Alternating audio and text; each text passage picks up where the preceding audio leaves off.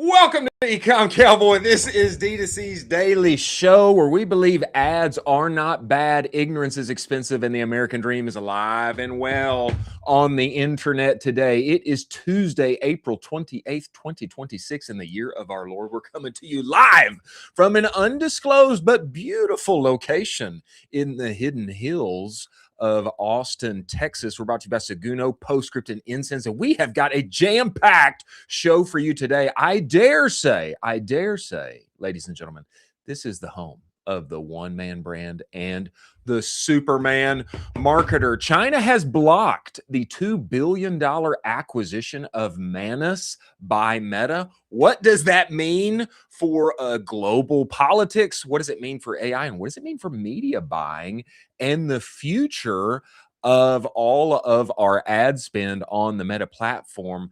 Lord Zuck doth succeed, whatever seems to be going on, except for maybe a few endeavors here and there. We are going to get into it. Universal Ads has debuted the ability to buy both CTV and linear all in one shot with no middleman. What does that mean for us? I'm a little bit excited about it. We're going to get into that as well. And the iPhone Fold. That is correct. The iPhone Fold, ladies and gentlemen, seems to be coming our way. Many videos and sources have leaked such news on the timeline. We are going to be joined by the one and only Franky Shaw today. A little controversial because my man is always making realistic as possible AI UGC. You see it on the timeline and you cannot fathom that it is not an actual person. It's happened to me many times. He is going to be joining us talking about his process and the future of AI advertising. Jamey Gannon, lovingly known as Tech Bimbo on X. She is coming, founder of Brand Sprints, head of brand at Portal. She has spent, I think, thousands of hours at this point inside Midjourney, taking AI-generated creative to the moon. She will be joining us, as well as Dylan Kim of Brevite. I believe I'm saying that correct. Unique, incredible bag that they have created for all of the photographers among us. They also may have a special announcement while they are here. Co-founder and CMO of Brevite, Dylan Kim. As always, I am joined by my partner in crime, Colin Doherty. Colin, get inside this show. Get in here. Whoa. Let's go. Whoa.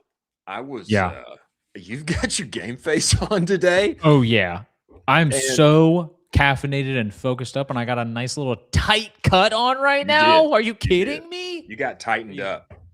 I'm tight right now. You're high and tight, and you're looking incredible. And I feel like you're an automatic add to the Charlotte Country Club at this point. I think if you walk up, they're like taking you, and you're a legacy member forever hereafter. I'd be so jealous. Initiation fee is $80,000. Oh, not for you though. Not with that haircut. I don't think that's how it works. Not with that haircut. They're taking you free forever. Nah, I don't with think that so. haircut. That is how it works. Breaking news dropped on the timeline yesterday. Yeah. China is blocking and saying no to Mr. Zuckerberg on their Manus acquisition. This comes to us by way of @FT Financial Times, goated Twitter by the way. Breaking news: China has blocked Meta's $2 billion acquisition of artificial intelligence platform Manus after regulators reviewed whether the deal violated Beijing's investment rules. A little more info dropped on this as well. Tweet from Akash Gupta lets us know that the founders are actually being held in China and cannot leave. They cannot leave. They were recalled there in March. They literally cannot leave. More info from Akash. And then I want your thoughts on this, Colin. The Beijing order asks Meta to unwind an acquisition that has already closed. That means money has exchanged hands, okay?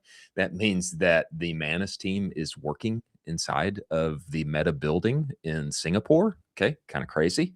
But China's saying must unwind. Manus employees joined Meta. Tencent, Zenfund, Hongshan received their proceeds in December. Executives are sitting in Singapore offices right now. They're sitting in Meta's offices. Companies integrated into Meta's internal systems. I mean, we've seen so much Manus, workflows and such on the timeline. Now, if you're in Meta, you need to be using Manus because it's better than et cetera, et cetera. This is the entire point. A one-line statement from China is now unpacking everything and asking to put the toothpaste back in the tube. The order's real target is every other Chinese AI founder watching this. This is from Akash here. A Moonshot AI, Step Fund, ByteDance. They've already been told to reject U.S. capital unless explicitly approved. The, quote, China shedding playbook, register in Singapore, relocate staff abroad, get acquired by American big tech, was the template that Manus pioneered 8 months ago. Manus went from a $500 million valuation to 2 Bs with the Meta deal that went down in December. Fastest multi-billion-dollar exit any Chinese AI founder had ever seen. That path just got closed retroactively. Trump and Xi are meeting in Beijing in weeks. Colin, before we keep going and moving forward, what are your thoughts on this? To me, this is absolutely wild that now this whole deal has to be undone when Manus is already inside of Meta. They are Meta now. Now we've got to put the toothpaste back in the tube. This is such a nightmare. I'm not sure why Meta didn't know this going into this. I'm sure they have some of the best lawyers in the world looking at these deals and possibly bringing up, hey, a red flag here. Maybe this is going to go against Beijing's terms of, operations here. This is a nightmare because they physically can't put the toothpaste back in the tube, like you said. I don't know how this gets resolved. I think basically the powers that be for both countries are basically going to have to get together and do a handshake deal and make sure that this deal in an a la carte fashion goes forward. But this is really not great for the relationship moving forward with tech companies in China. Not great at all. I guess my question is, what does this mean practically? I guess money's got to go back. Money's got to be wherever it cannot go back. The money can't go back. I don't think you can reverse the money back because that's the agreement that it's really awkward because this is the agreement that the company itself agreed upon for Meta. And so there's this weird thing where all of the fees have been already paid for transferring. All of the shares have already started to accrue. So if you're on the Manus team, you get some Meta shares. Those shares are already starting to accrue, and you already are starting to get the actual spillover effects of owning Meta share. It is just a full can of worms of a financial situation that I think will basically just have to get greenlit from the hires that be in the political atmosphere. Let me read a little bit more here from Akash because I find the practicals of this to be totally mysterious. It's a nightmare. Okay, if it's not going forward, the money's already distributed, but what's not going forward? What's going back? Akash says this: the Manus founders were barred from leaving China in March. Read that as the preview. Meta keeps the people. Weird for me. The product. Weird for me. And the customers. What is this? The deal can't physically reverse. The real cost is the next 10 deals that will never happen. So if this is true, what it sounds like is that Meta gets to keep everything except the founders. The founders are barred, locked up, cannot leave China. And they get to keep super weird. They get to keep the people, the product, and the customers. This is totally weird. It makes no sense. When I first read this, my thought was, okay, what does this mean for Zuck's big media buying bet? We want to automate this as much as possible. He's told everyone several times in the future, say another year, another 2, we want you to be able to come. We want small businesses, big businesses come to Meta and say, I want this many customers at this price, and then Meta does it for them, essentially kind of forecasting the unnecessariness of a media buyer in the future. That's the thought. Now, as messy as AI is, and as troublesome as sometimes an ads manager can be, it's I think it's a little not pie in the sky, but just to think that this is going to happen quickly is kind of like, I'm not so sure. I think media buyers' jobs are going to be safe for a while at least. But getting into this more, it sounds like Meta keeps the product and they keep the customers and they keep everything. I mean, money's not exchanging hands. I mean, it just sounds like at this point, the founders, they've been disconnected. They cannot leave China. What it sounds like, if this is the case, they're making a play for this will not happen in the future. Just the same way that we don't want to be, the U.S. is not going to be selling semiconductors to China, I guess. China doesn't want to be exporting their AI startups and what they're doing on that side. They want to keep that in-house, not happening again. I find this to be weird. What is the actual block? It just sounds like the founders can't leave China. They won't be working with Manus anymore. Yeah, I worry more about the precedent that this is going to set for that last sentence that you read, which is how does this move forward with other types of deals that are trying to take place? This is a very bad precedent if this goes forward. My guess, if you had to totally sit me down and say, what is going to happen to this within the next couple of weeks? I would imagine that the political powers that be from both nations are going to come together and say, hey, this is how this is going to work out. We're going to get this done on a one-time basis. This probably won't move forward anymore, but this will be the deal here.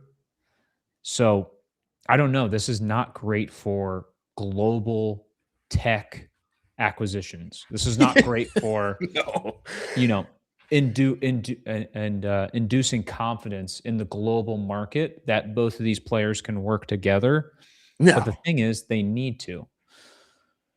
So, not great. Not great. It'd be very interesting to see what happens when President Trump and Xi get together in a few weeks.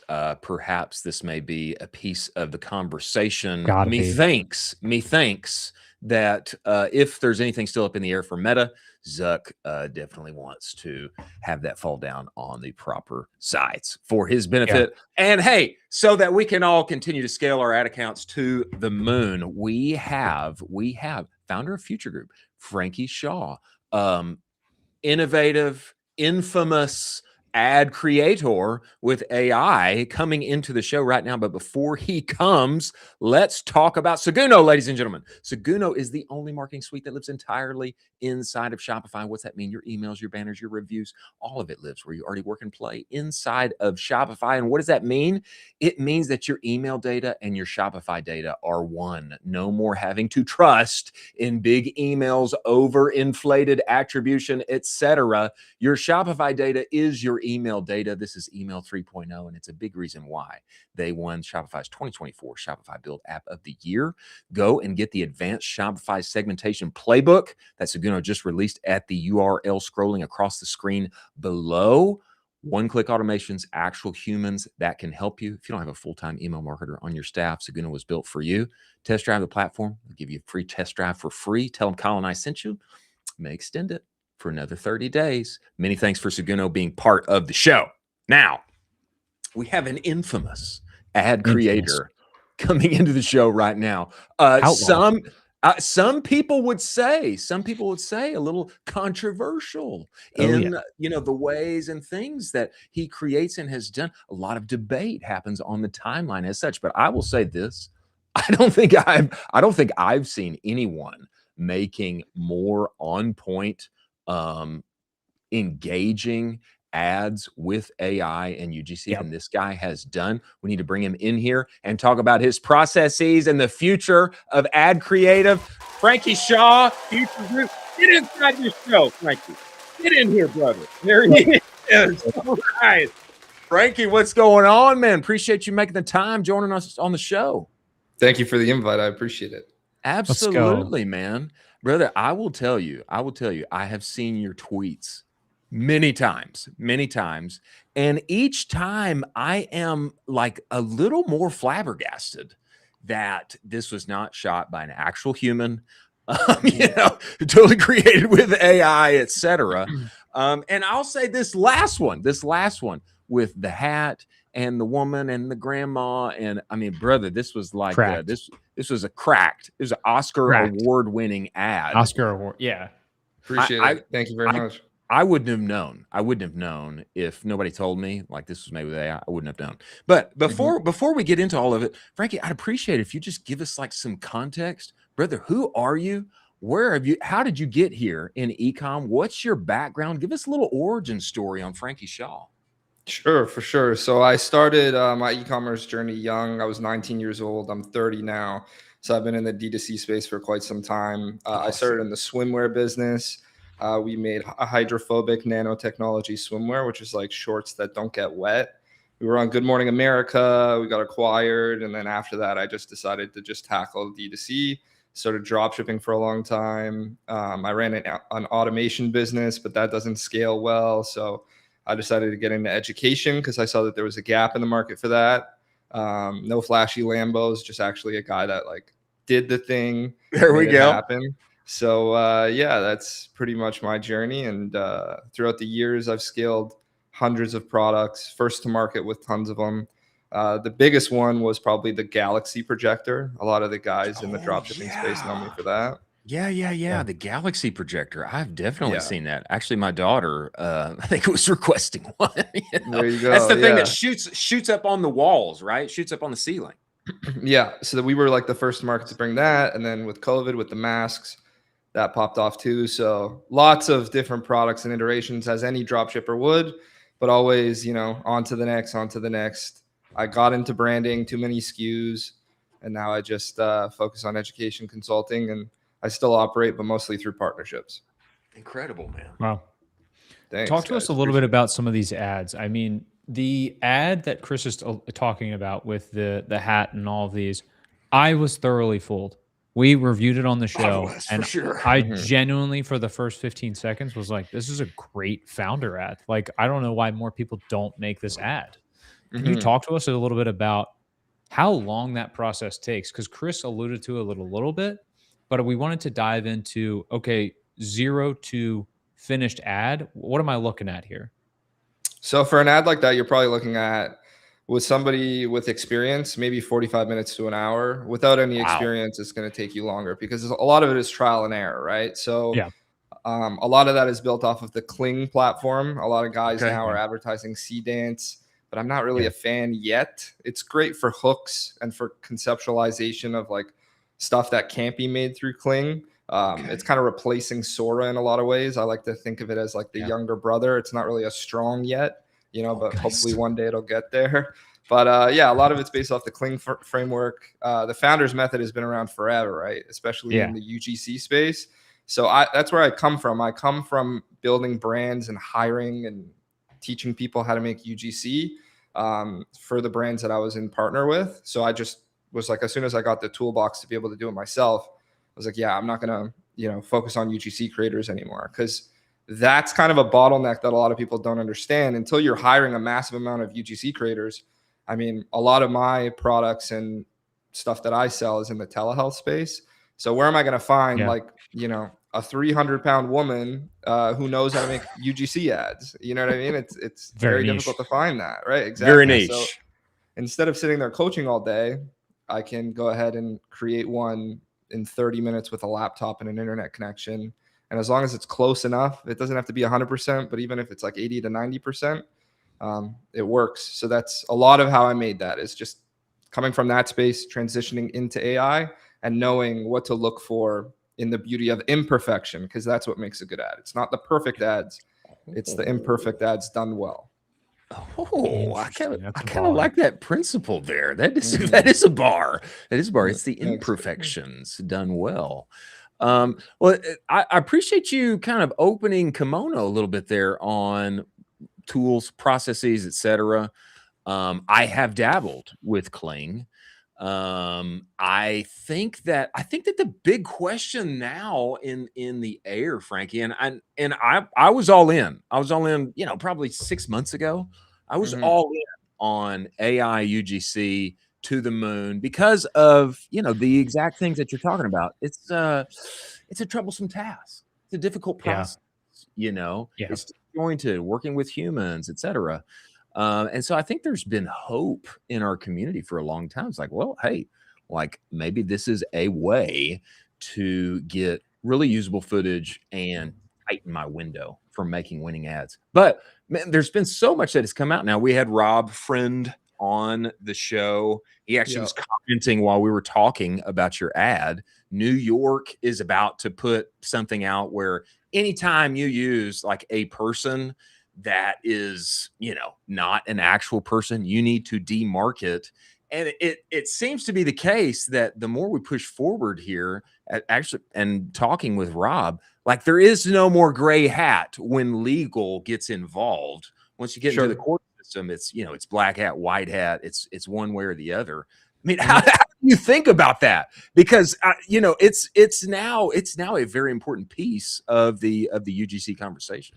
100%. I mean, it poses a question, and I'll leave it, up to the people watching, but what makes something more validated? Is it me paying a lady to say something or read a script? Does that make it more authentic? Just because she gets paid to say this, or is it Ooh. equally inauthentic, creating AI UGC content as it is paying UGC creators? I mean, we don't have to get into semantics or calling out brands specifically, but a lot of the massive, massive brands that we grew up with, I mean, Coca-Cola's slogan is open happiness, right?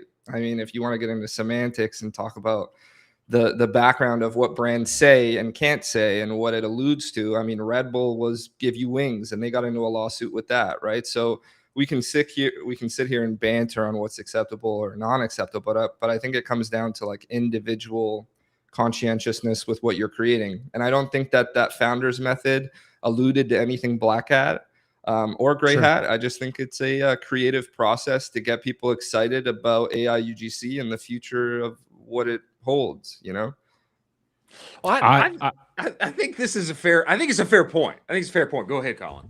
I was going to say that I think that's a super fair point because there's a ton of brands that basically will product seed out and then just pay for creators. And there's this like, well, what's really the difference here? Like, what's the difference between me generating on my own or having to pay the tax of paying a creator instead? Why can't I just save my business money, make everything in house, and not have to pay the creator? I'd be Right. curious. You mentioned the founder method as one of the frameworks for the ads that you've made. I would Hmm. love to hear some of the more wild frameworks that you've seen through your Hmm. time, just like kind of uncovering some stuff. We've gone through ads on the show, and Chris has found some pretty wild ads, but I'm sure you've Yeah. seen some crazy stuff. I've seen some Oh, for crazy stuff. sure. I Hmm. would love to hear your take on a few. I mean, I'll tell you guys, my best ads are backed by NDAs for a lot of the brands that I work with, right? So the stuff that Yeah. I'm showing on Yeah. X are Yeah. kind of like not throwaways, but it's just showcasing utility That's stuff wild. behind the scenes. But I mean, and this kind of alludes to what Rob was talking about with black hat and white hat and how there's no gray hat, right? Like with the tools that we currently have, if you wanted to make black hat content, you can make extremely black hat content. And it's not like, everybody throws flack at the Brazilians for the deep fakes and stuff like that in the VSL space. But with the tools that we have, it comes down to individuality. And, if you want to make stuff that is black hat, you can. But I don't think that anything that I make even crosses over that barrier. And Sure. every time I mean, my level of consulting is asking ChatGPT, is this legal or is this not legal? I'm not going to lie and say I have a team of lawyers or anything like that, but I'm always trying to stay above board and on the fence of acceptable ad policies. And I trust Meta's ad policy to determine if I'm making content that's good for their platform or not. So that's really what I Yeah. base it on. If it gets approved on Meta, then to me, I feel like I'm operating within the guidelines. All right. That's Okay. fair. That's super fair. I would say, man, gosh, especially since Rob, especially since that conversation with Rob. I mean, let me say this. I kind of feel like if you get called in to talk to the FTC, like there's going to be something with everybody that they can dig up. I mean, even like discounts. You can only like have a strike through for a certain amount of time, and now there's a rule like if you left that up for 60 days, you got to take it back down for a certain period of time. I mean, in some ways, I think that we all get anybody that gets called in, like there's going to be something that gets dug up. But I think his like basic point is if it's not an actual person and it can if it can mislead, then you're in trouble. 100%. I think you need guys like him too. Well, he brings a very special portion to the timeline. I do. I think you need guys like that for sure. Since then I have just been, man, I've shied away from like creating people, with AI inside of ads at all. But I don't know. I think that the hashtag ad, all of the things, all of the demarcations, all of the things that you can say to protect yourself, I think are worthwhile. But what you're doing with the creative is truly outstanding. I mean, give me your perspective on this, Franky, as you've been in this 10 plus years, brand founder, consultant, etc. I mean, what do you think Ecomm looks like over the next 12, 18 months? How do you think things continue to evolve, the tools and the capabilities expanding as they are? What do you think this next era of e-commerce looks like? Yeah, I like that question. I think it'll be more mass adaptation of AI. We're already seeing it. I mean, if you go on Facebook Ads Manager, I'd say now maybe 50% of the ads are AI, at least not for video, but for statics. I mean, if you're not making AI statics, everybody's using AI statics. Yeah. So I think mass adaptation will come for video as well. I think right now the bottleneck is skill. And once that skill sort of, solidifies itself a little bit more and people get better, then we'll start to see better ads as well. And then, we won't have issues that Rob mentions where a lot of people are like on the cusp of black hat. I think right now that's a temporary problem because of the limited tools that we have to use with AI. So we're kind of pushing the boundaries a little bit and seeing how far we can get away with, or how much we can get away with right now. But once the claws come out and they start peeling back a lot of the stuff that's acceptable or not acceptable, whether that's the FTC or Meta putting in new policies, then I think that'll sort of shine more light on the AI UGC space, and there'll be more proponents talking about its benefits rather than like it misleading people, which isn't the intention. The intention is to just put more creativity in the user's hands and remove these like fake TikTok shop creators that get paid $700 to make a video, and which is nothing wrong with it, but it's just, I don't want to wait 3 weeks for that. I want to make the content now, test it, see the CPC, see the CTR, and go from there. And I think that speed is something that can't be beat. And that's what I think. So I think more mass adaptation for AI UGC once the skill gap gets bridged, and that's what I'm trying to do in the space. Interesting. Yeah. I wonder.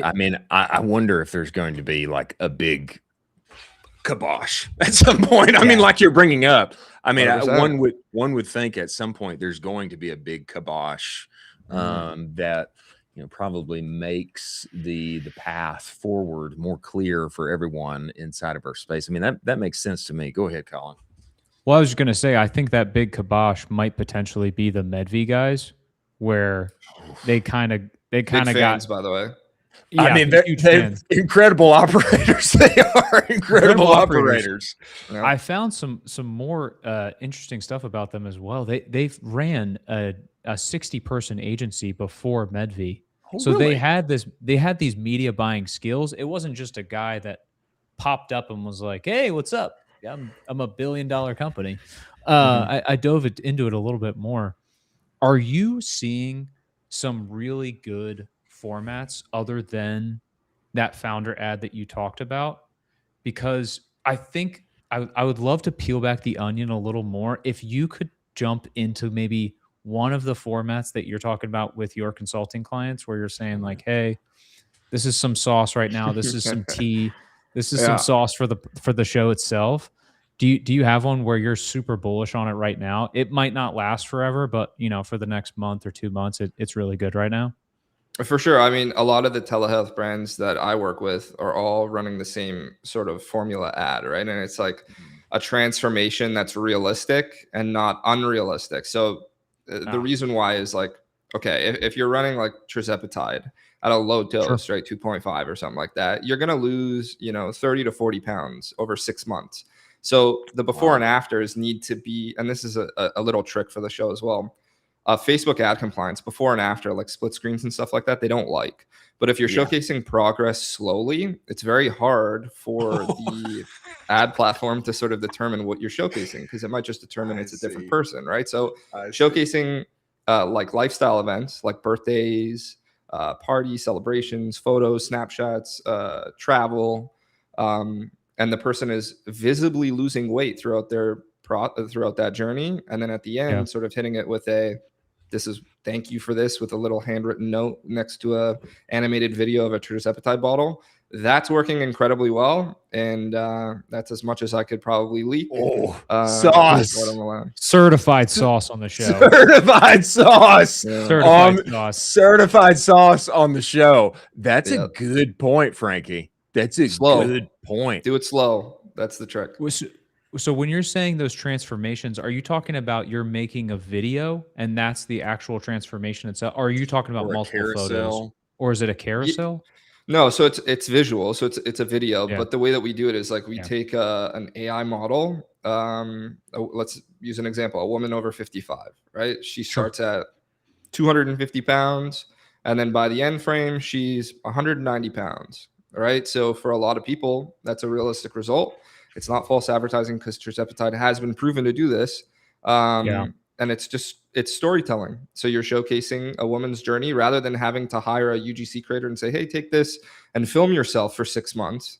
You know what I mean? We could do it in 25 minutes. And then, oh my gosh, different archetypes work. So if you're targeting African-American, Hispanic, Caucasian, you see what works better, hairstyles, stuff like that, and you just iterate on that. So that's what we're noticing is working right now. And it's just, I mean, I can make 100 ad creatives for that in a week and a half. So it reminds me, you're just back there customizing your player like in Madden, just adding bars up and down, making the perfect Madden player. I love this so much. That's amazing.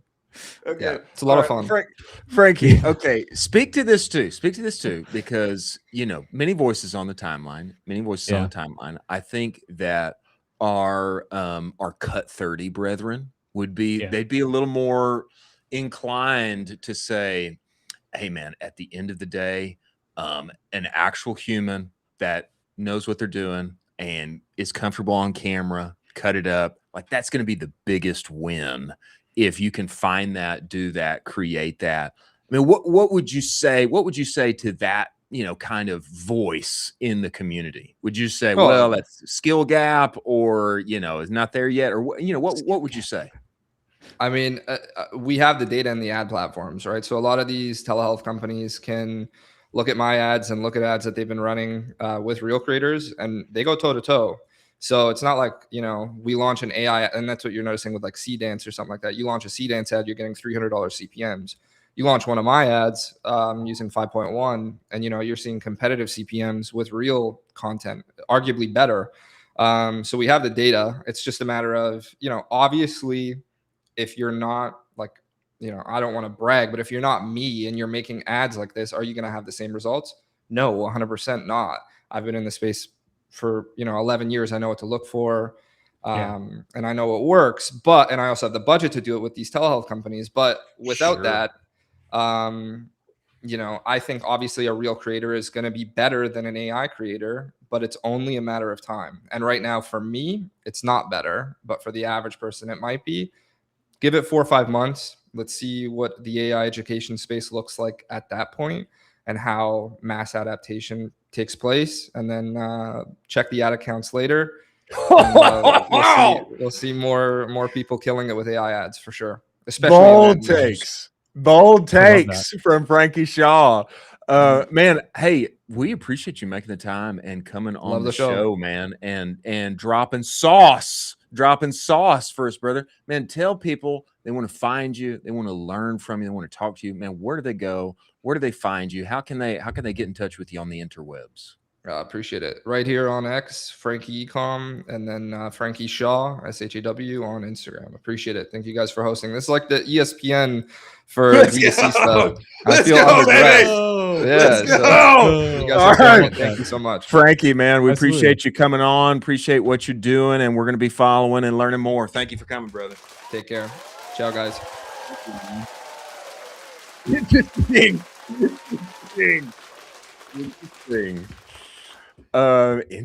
Interesting bold takes from him.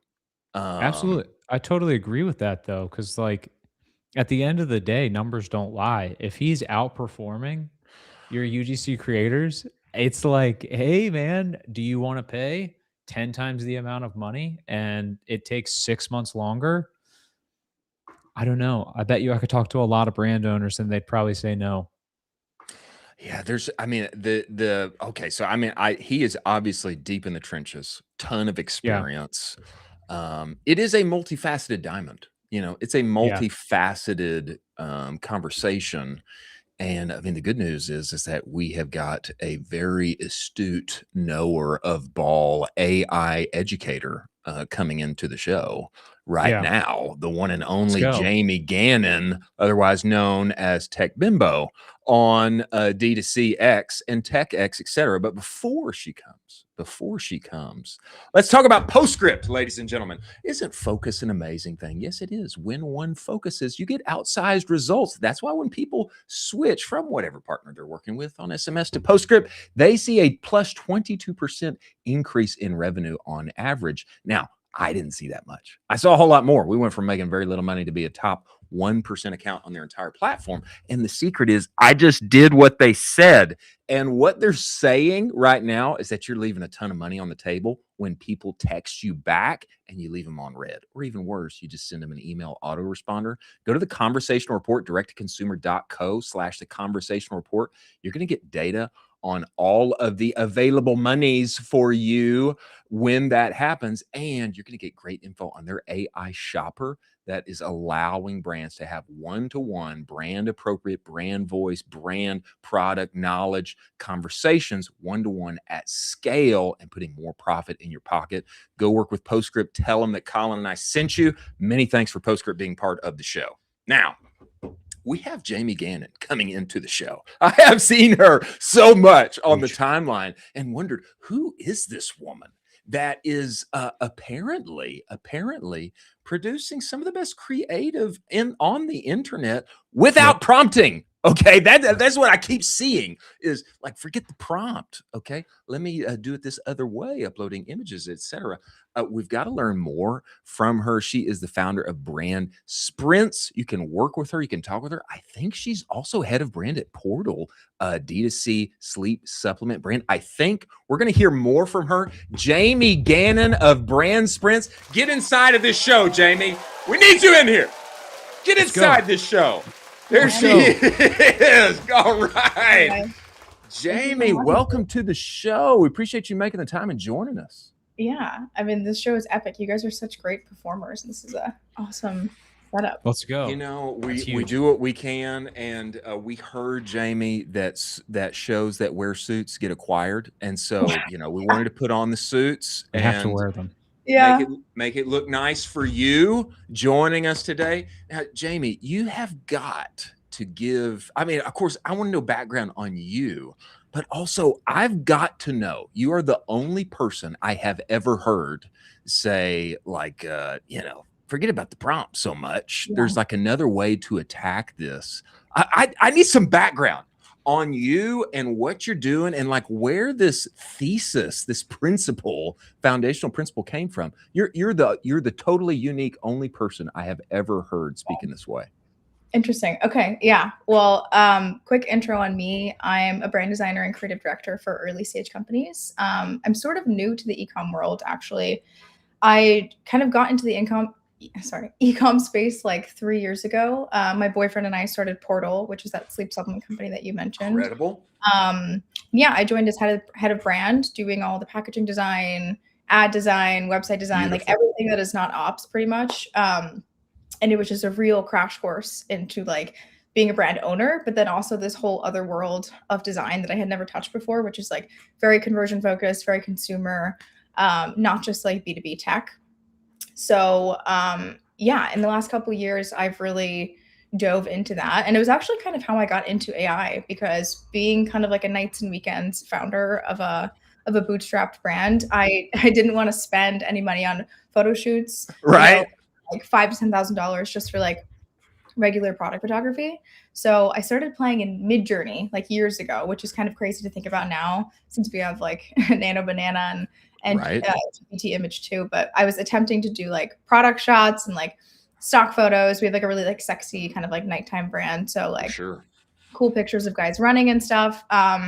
And then through that like entry point, like slowly over time, started bringing it into my other client work with like startups. And then now it's almost like most of my day now is doing AI images, either for like bigger brands, like helping like tech companies like learn how to use AI, ecom companies, obviously product photography, or even startups still, like icons, 3D icons, logos sometimes, websites. There's like nothing that it doesn't touch at this point. So.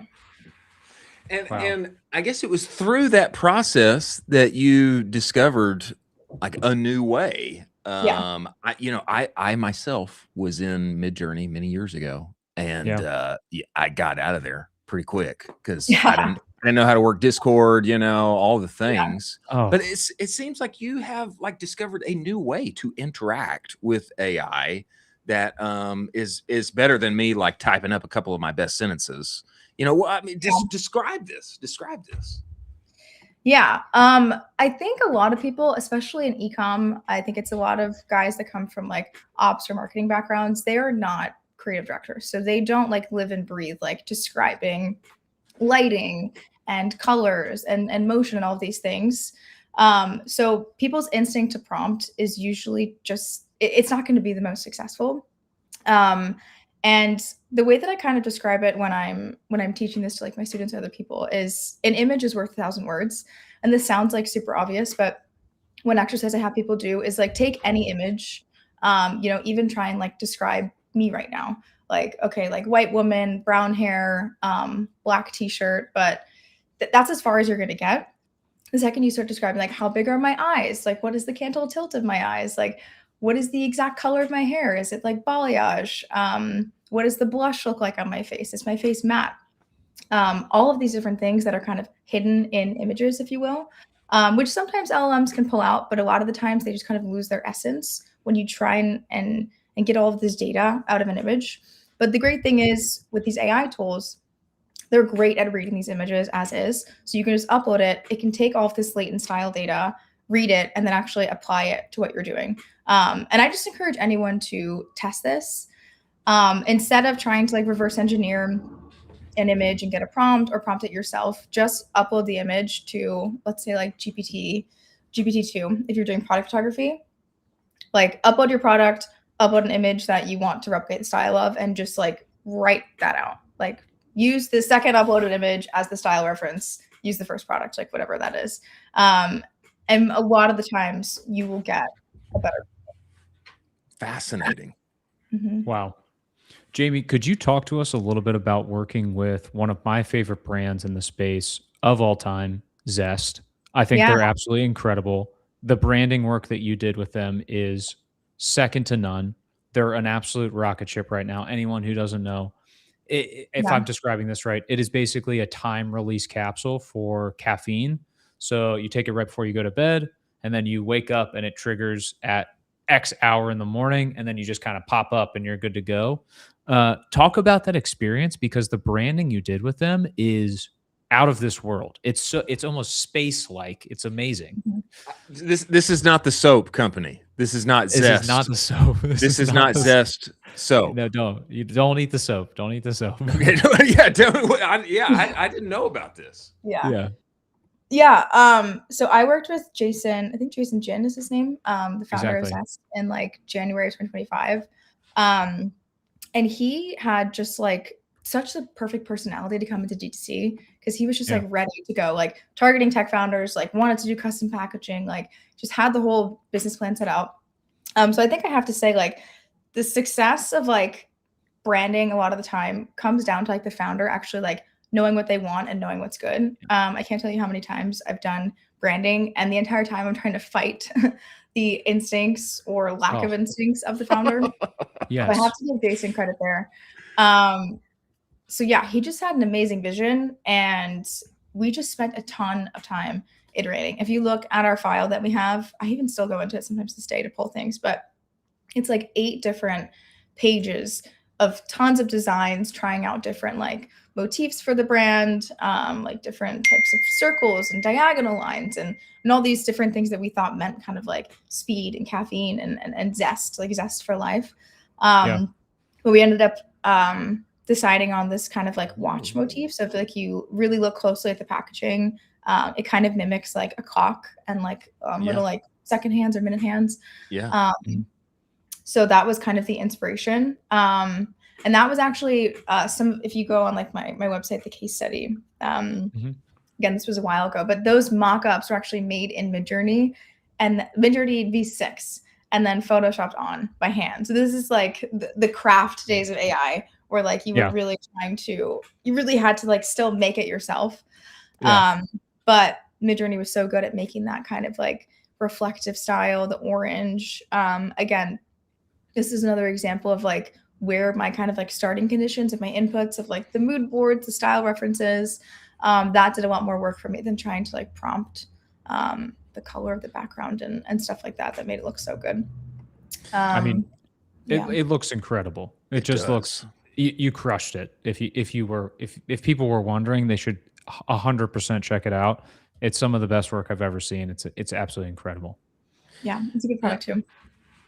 Jamey, tell me this, because I like the way that you started this. I actually feel like design's so tough because you're working with people who a lot of times they have a really informed opinion about what they want, but they don't know how to get there. And they know it. Sometimes they know what they don't like. And it's just like, it can end up being 1,000 iterations on, what's eventually just make the logo bigger. Give me some insight, like on like how does somebody who doesn't know what they're doing, how can they become like you? Because I, working with you, obviously that's best. But, maybe if I'm not there and I'm trying to launch a new thing or redesign my website or something, and I just like want your mind, how can I get that? I feel like there's got to be a course of some sort. There's got to be like a newsletter somewhere where you have like documented your brain where we can get inside of the Jamey Gannon process. Yeah, I have a course called the AI Creative Director. It's on pause right now, but probably another. Is it on pause? Yeah. I'm rewriting it because so much has changed. Oh wow. With AI. Wow. Yeah. So much has changed. So I'm taking a beat to rewrite it. So that's one way. Probably in May or June, I'm going to be doing that again. Just another plug too. I'm doing a workshop called AI product photography for e-commerce teams. That's on Maven. You can also use, I told you guys a code, right? You can use code YEEHAW. Let's go. 50% off. So that's happening this Saturday. That's going to be a 3-hour workshop. That's this Saturday. Yeah. Okay. Yeah. What time? Tell us what time. Yeah. 2 p.m. 2 p.m. Eastern? Yes. Yeah. 2 p.m. Eastern. And we got to get a link out or something. Yeah. And use code YEEHAW. Use code YEEHAW. I like that code. Let's go. I like that code. Go to maven.com and go to one day workshops. It should pop up on that screen, but also I'll post a link on my X later. But so that's kind of my show. But kind of a more serious answer, if you want to get the brain that I have, or maybe the brain of a creative director, I think it's a daily practice. So if you're someone that's wanting to revamp your brand or wanting to start a brand, but you just like don't know what aesthetic you want to go for, it's going to take you time. So one like remember when you're creating a brand or anything, even your personal brand, it's going to feel like your baby and it's never going to feel perfect. So you should go into it knowing that like, hey, you know, it's just packaging, it's just a website. You can change it eventually. It doesn't have to last forever. So be aware that like this is a moment in time and you can trust your instincts that you have. And then number 2, it's a daily practice. So you won't just like wake up one day and like have amazing ideas or have amazing taste or have amazing confidence in your taste. You have to spend time in like many areas of your life, I believe, to do that. So like easy way is just like going on Cosmos, going on Pinterest, even going on X, bookmarking stuff, saving stuff, creating mood boards. They can be as simple as fashion or branding. They don't have to be like, you know, super specific or tied to certain areas or topics. And just as you continue to do that, you will start to kind of like train your eye and also learn yourself. And another good way too is like just watch movies, read books. It's kind of cliche, but like the more good content that you consume and the less like slop you consume, the better your ideas are going to be and the more well-rounded that you're going to be. I always use this example. There was one time I like randomly got a gig to help with like a fashion type project. And I had been watching a ton of fashion YouTube videos just like in my free time. And I think a lot of people will tell you like, oh, like don't scroll, like don't watch videos. You should just work, like don't like pollute your mind. But because I was doing entertainment time, like watching fashion videos, I like just happened to have all the references and all this information about these brands that I could pull as inspiration for this opportunity that I got. Now that's like a one-to-one, but you know, this can happen in other ways as well. Like I get tons of inspiration from my YC type startups when I'm doing ecom stuff and vice versa. Thinking about like conversion too, like when I'm doing like thinking about conversion on ecom websites, applying that to my website designs that I do for my startup clients, like has definitely helped me and like made my websites not only work better, but like have better taste in the structure and whatnot. So I like that. Could you talk to us a little bit about where you see the trends of consumer branding? Because we initially had basically that classic minimalistic, you know, boring-ish from the early 2000s-ish. Now I feel like we've gone into quote unquote like color maxing and we're going crazy right now. Yeah.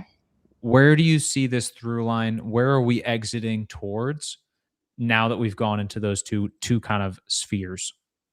Yeah, I mean, I think we're all kind of sheep, whether you're like a founder or a designer in the space. Like you can't, it's impossible not to like fall victim to trends, especially in the consumer space.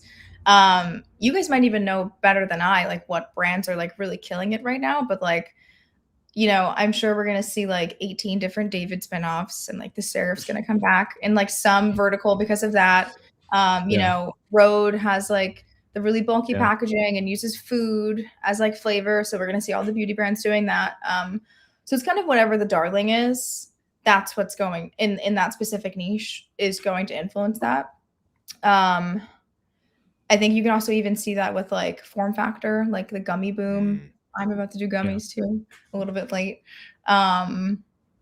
You know, what gummies are you doing? Wait, what's going on here? You just kind of threw that in there. That was like a little throw in there. We're attempting to do gummies at Portal, but trying to get like the clinically validated dosage of like magnesium and glycine into gummies that like taste good and don't like explode. It's like really difficult. So we're trying to balance like formulation with like actually being able to deliver it because just a huge gummy, just a massive one. And you just kind of eat it like a sandwich. But yeah, that's like a big problem with the supplement industry is like so many gummies are just like, you know, even creatine, like they just have nothing in it, or like if they do, it's not actually the dose that's going to like do like be the most effective.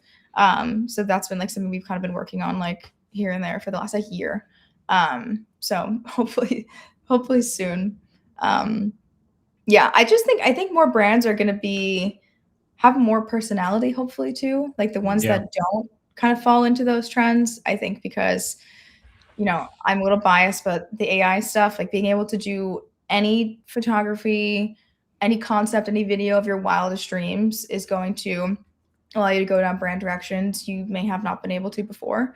You don't have to be as conservative because it's harder to like stick with a concept if, you know, doing that concept requires like a $200,000 commercial shoot. But Yeah. theoretically, like every day we get closer to like that not being true, especially in like tiny units of that, like in ads or just website sections. Yeah.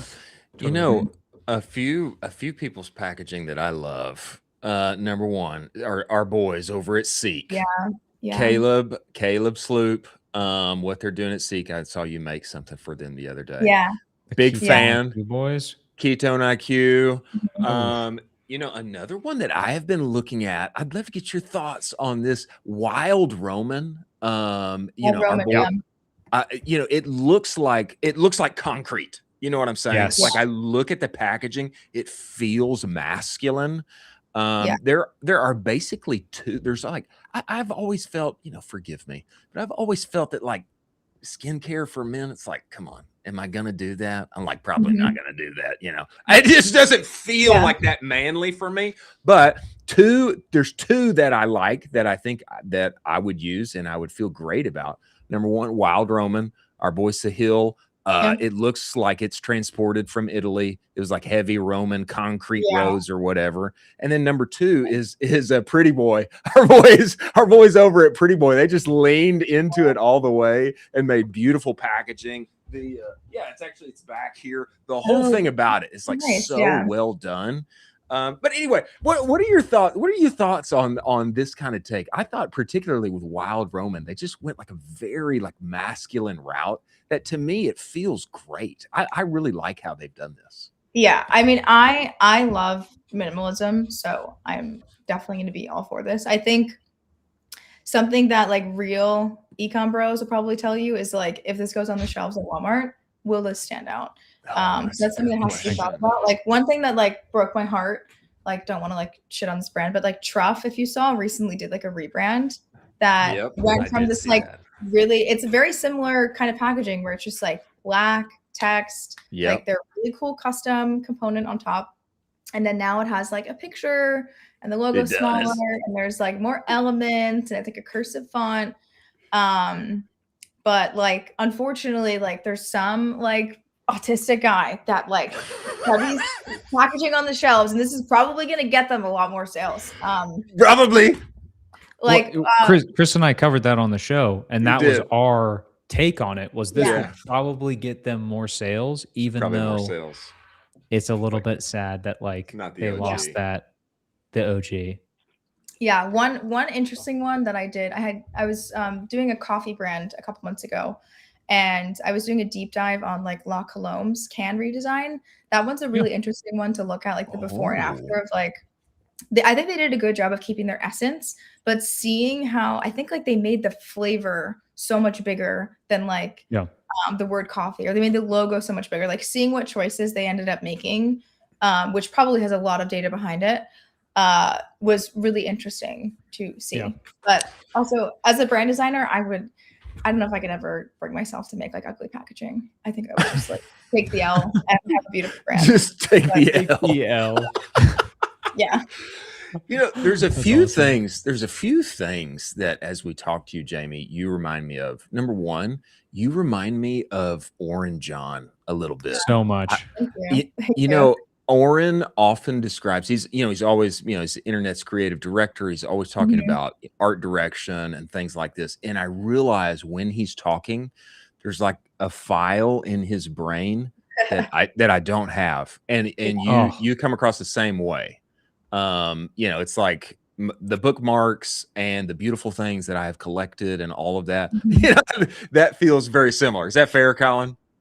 Super fair. And then Oren has that bookmarks tab that is super elusive that we basically told Oren, we were like, dude, you could make that a product and probably charge people a boatload of money for it. He's like, because he was on the show and he was like, let me look through my bookmarks tab. I'm like, whoa.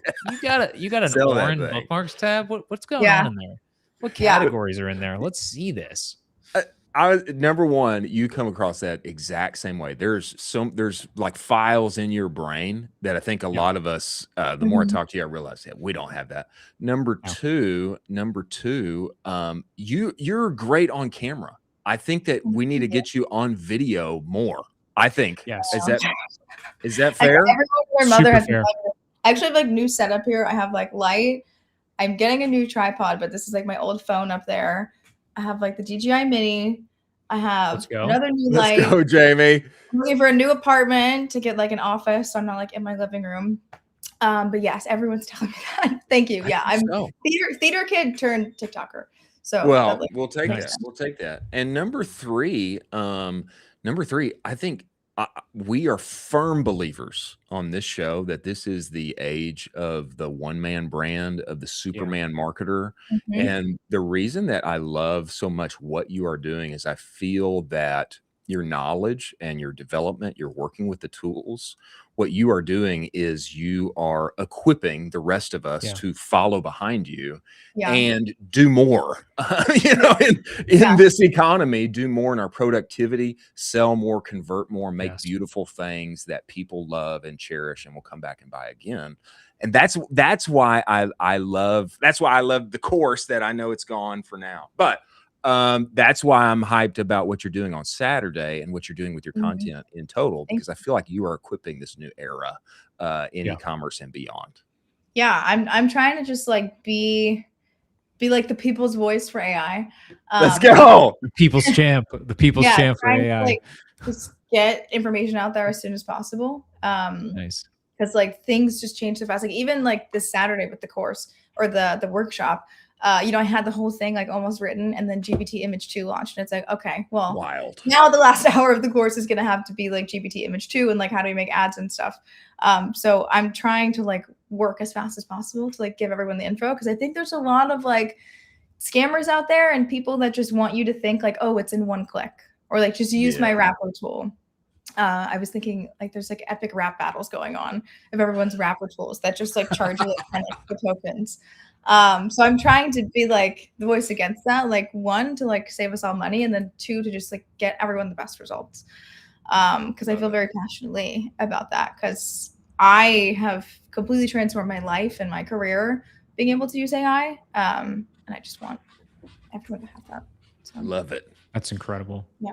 That's incredible. Jamey, and anyone that wants to see an absolutely insane portfolio and website, please go on to Jamey's website, Brand Sprints. It's absolutely wild. It's beautiful. I mean, I could live on this website. What's the URL? What's the URL, Jamey? Brand-sprints.com. Brand-sprints. Definitely not the first one. No shade to them. The Brand Sprints, not the dash one. Not You're the dash. definitely not you gotta use the dash. You gotta use the dash, because the first one is an absolute nightmare. Yeah. Hopefully doing new domains soon. Might be shifting everything back to Jamey Gannon, and then vibes. That's a vibe. I love that. I totally agree with that. Okay, Jamey, you got to tell everybody where to find you, where to follow you, and give us clear instructions on Maven, because we want to be there for AI, Ecomm, product, branding, shoots, etc. Give us the full list on where to find you and follow you, learn more, and work with you and learn from you. Yeah, I'm everywhere at Jamey Gannon, and on X. That's where I spend most of my time. To join the workshop, you can just go to maven.com, and if you click workshops, I should be on that front page. And if not, you can do brand-sprints.com/links, and that will have the workshop. It'll have the course wait list. It'll have tons of discounts too. I have discounts to like most AI platforms, templates, resources, Substack, all that stuff. But yeah, all the things. Thanks for having me, guys.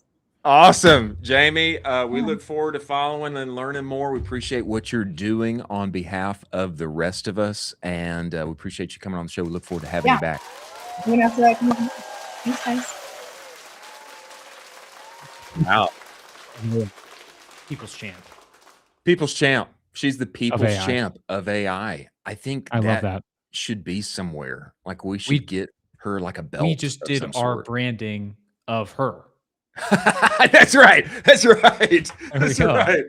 I feel like we need Jason Levin, the meme lord, to like get like the Rock's body, and then like put Jamey's face on top with the belt. People's champ of AI. I love it. Making AI approachable and winsome and usable for us all, Huge. to bring beautiful things into the world. Yeah. You know, I'll Yeah. just say there is a fundamental good that is beauty. There's a reason that we like beautiful things. There's a reason that we like going outside, seeing beautiful landscapes. There's a reason why we're drawn to art. There's a reason why you talk about the movies and the stories that you see that stick with you.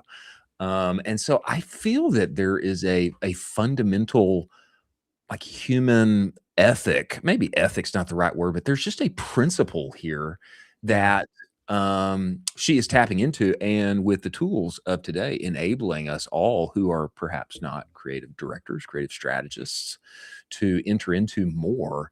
And that is bringing beautiful things into the world. There's a like fundamental good at the foundation of that somewhere that I think humans are drawn to, and appreciate what she's doing on behalf of the rest of us.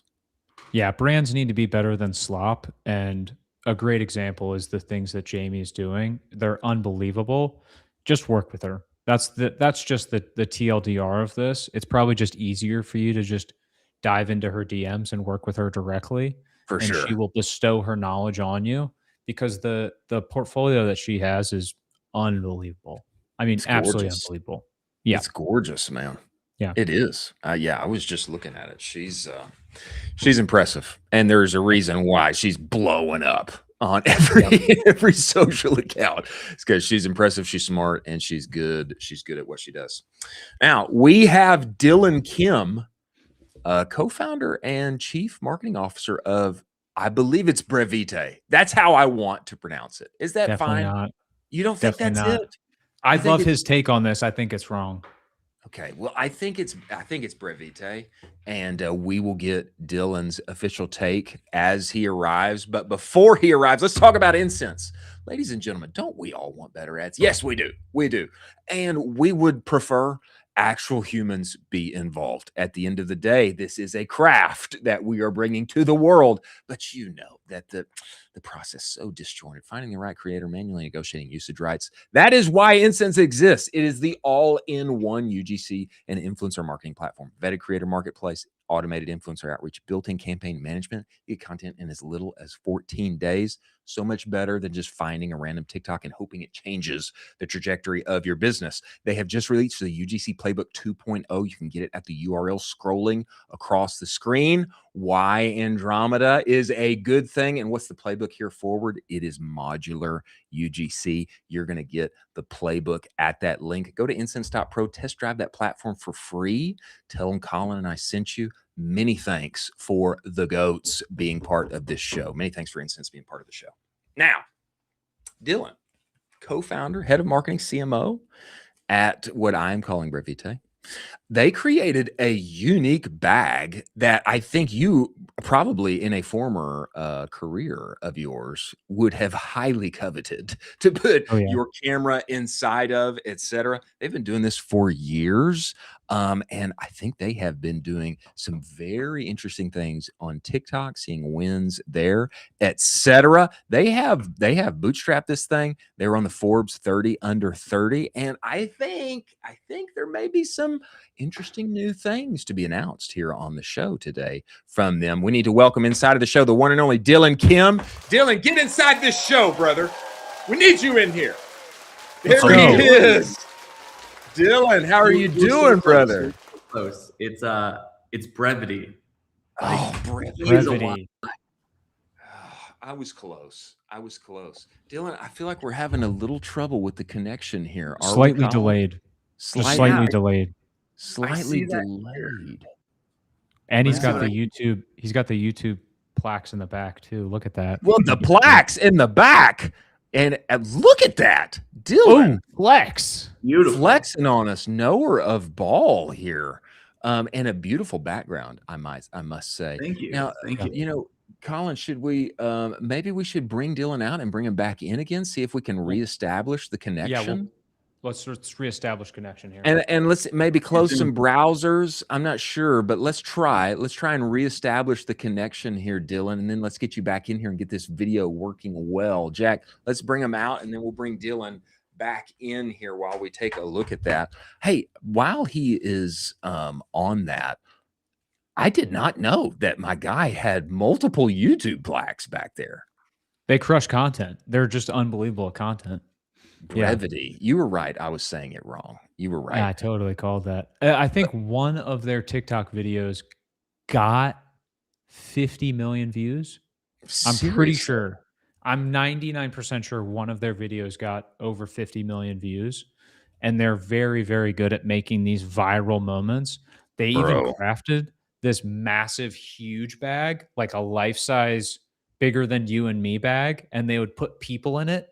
And they had made like this crazy huge bag that was like this viral thing. Unbelievable at the craft of short form virality as well. I'm looking at their YouTube right now. How many subscribers would you guess? 500,000. 1.4 mil. Oh, 1.4 mil. 1.4 mil.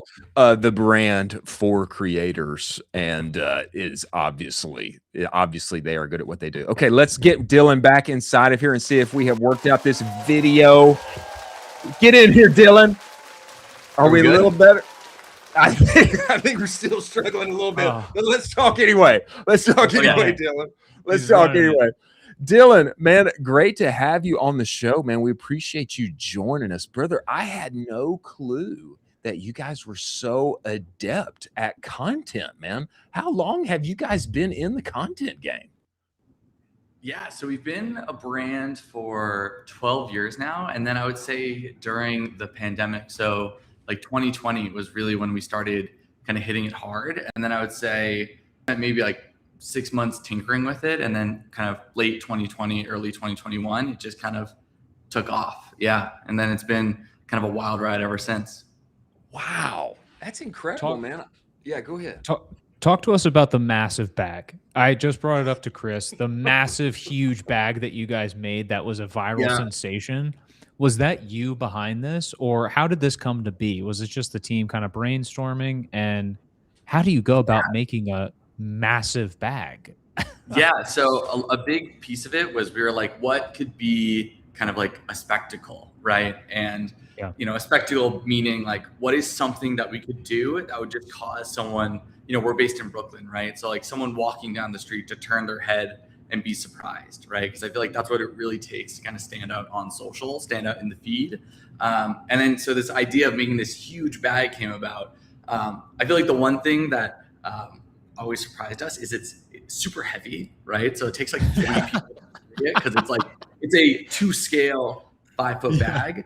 And so that was really kind of the like the genesis of the idea was how could we have this like this absolute spectacle, and then be kind of, you know, use that to bring people in, kind of create intrigue on our page, and then to kind of be like bringing people further and further down the funnel, right? So they see a big bag, then they're like, wow, that's kind of a nice looking bag. Like, oh, I wonder if it would work for me. And then they're kind of getting stuck in some of our content being like, wow, like this thing has anti-theft features and it's water resistant, you know, and then kind of going kind of from this big bag kind of all the way down.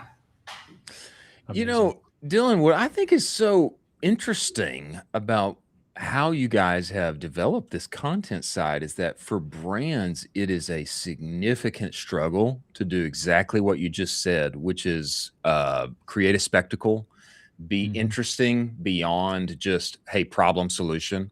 Hey, here's a problem you have. We've got a product for that. Like, please come buy from me. It's easier for creators at large to do that, tap into so many, you know, different things happening in the zeitgeist, et cetera, to grab attention. But it seems like you guys have like just creatively found ways to grab people's attention, get those eyeballs on you, but that also genuinely associate your product in a way that helps the sales funnel, et cetera. I mean, this is a really unique skill that you guys have developed here. Yeah, I appreciate that. And I think what I always find so fascinating is So I think anybody can do this, right? Like I think anybody can, you know, make things that are relevant. I think anybody can make things that kind of speak into that cultural zeitgeist. And I think what's so fascinating is brands, because they believe in like problem solution, I think a lot of it kind of comes down to how they frame those things, right? So something that we found, for example, like bags are exciting, but they're maybe not that exciting. But what's interesting is, like an example would be like water bottles, right? Like there's always a trending water bottle, like, you know, whether it's like Owala, you know, or like Stanley or whatnot.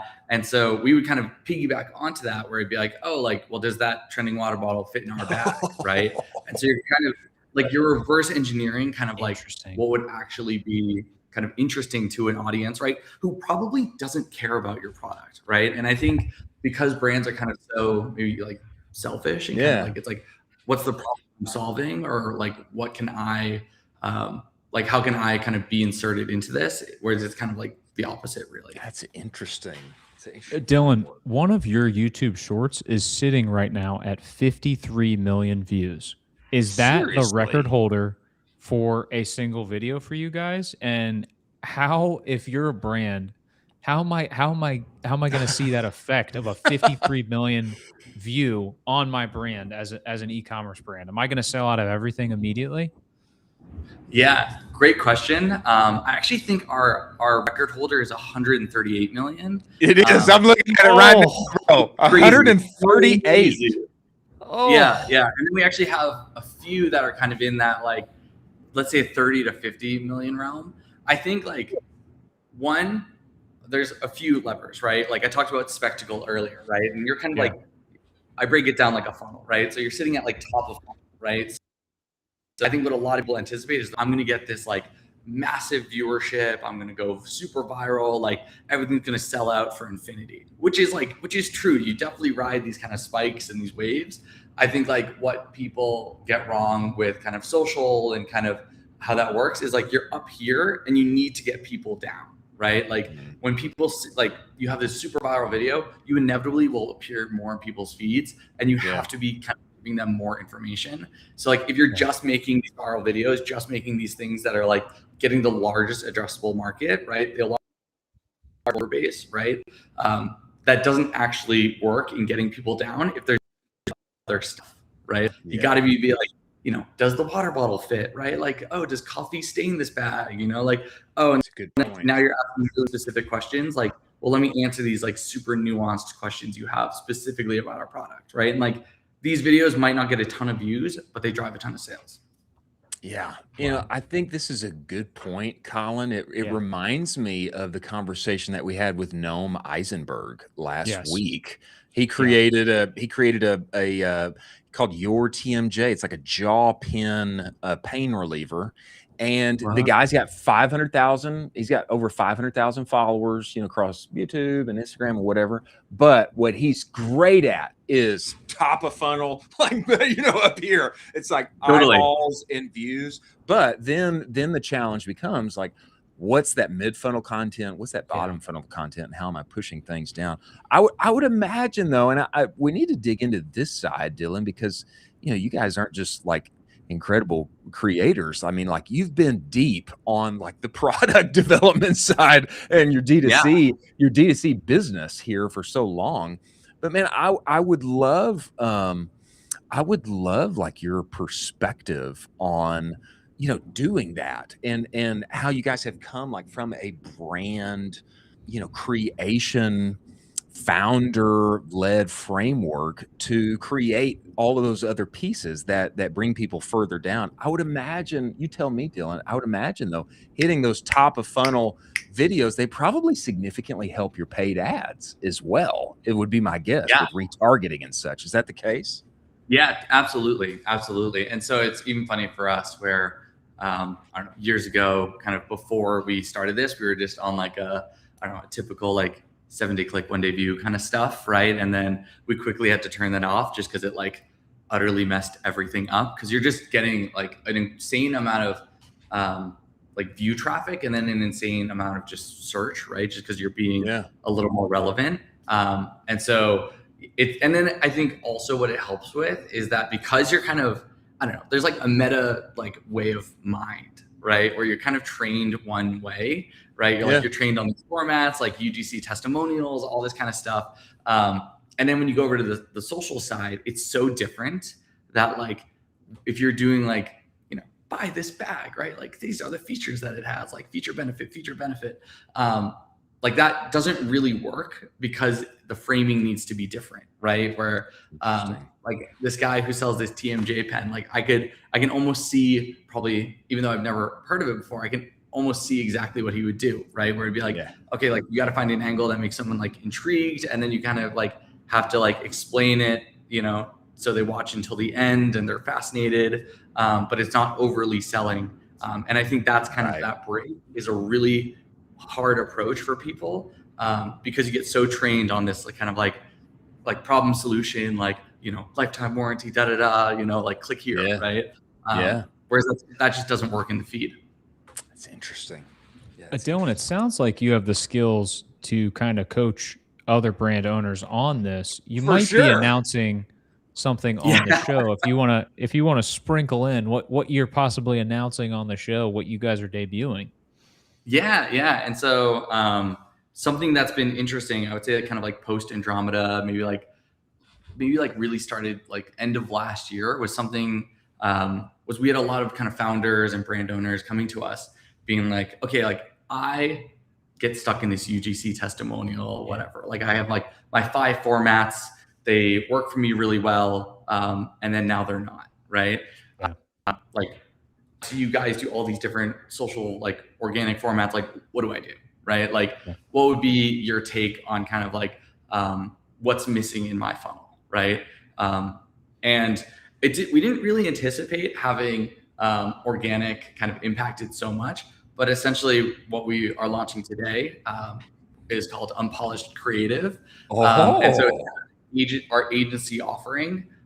So we can take kind of what we've done with Brevity and really just help others improve their ad accounts kind of post Andromeda. Incredible, man. I mean, if I think if I could get Dylan's mind, and it's not just you, Dylan. I mean, you got your 2 other brothers as well. But if I could get the trio's mind on how to get top of funnel, mid funnel, bottom of funnel, how to develop all that creative for a brand of products that may be sitting over to my right now that's yet unreleased. But I think if I could get you guys' mind on developing that creative, it would be of big value for me, both for organic social and paid ads. And it sounds like people, you had other founders and such and operators coming to you asking you for help, and that's what this was born out of. Absolutely. And so it's actually kind of born out of this like very organic, where we're like, well, like we're helping people anyway, so why not like make this a little more formal, like we'll get a little skin in the game, right? Like some formalized agreements, so that we can really help others, right? And so it's been kind of out of this beautiful kind of organic need, kind of leveraging what we have to really help others.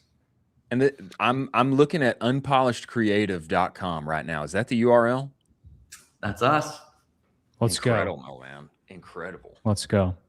I imagine a lot of those calls are a lot easier with the massive YouTube plaques behind you. I think so. What was it like getting those? It's like an instant validator, where it's like, oh, like we're not just like, I don't know, selling like a playbook or whatever. It's like, oh no, like we've made 4,000 videos, right? We posted 3 times a day, every day for years, and to like build out all that muscle, like, and all that kind of, different levels of testing and all of that, right? Like it's a true endeavor, Yeah. Incredible, that's unbelievable. I'd be so curious if you have any thoughts on the content piece for brand aside, just how people should be focusing their content on, X or from a professional standpoint.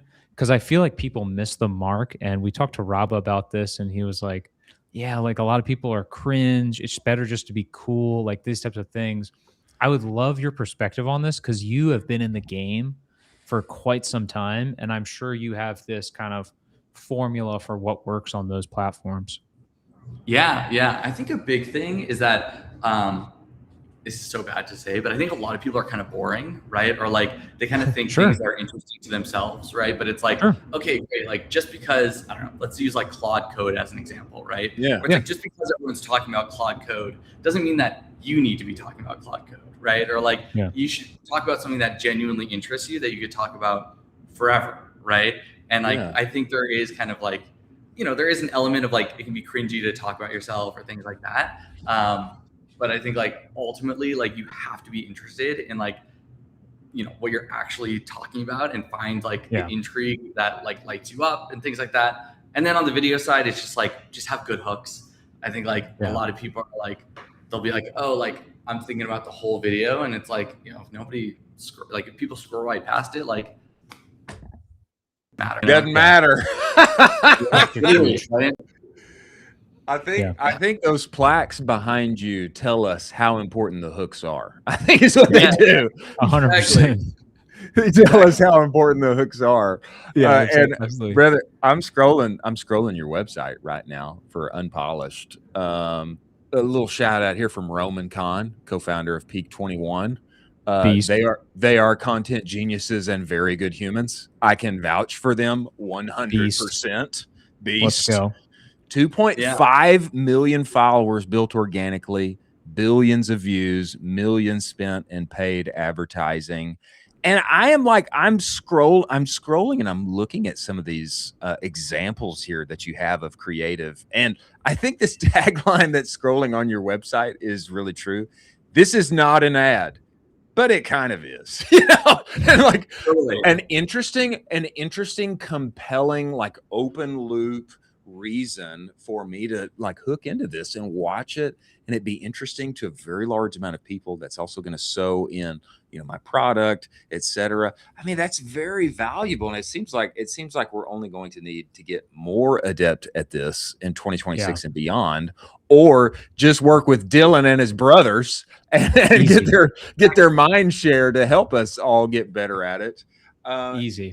I think this is going to be a big win for you, Dylan. I think this is going to be a big win for you and your brothers, because what you guys have developed over the past 10 years as founders and generating organic views, selling product online, now being able to transition that and help other founders and operators in the space and do it in a more formal way, I think it's going to be a big win, brother. Appreciate it. Yeah. Trying our best here, you know? Yeah. Well, I can tell, and the plaques speak for themselves. Go ahead.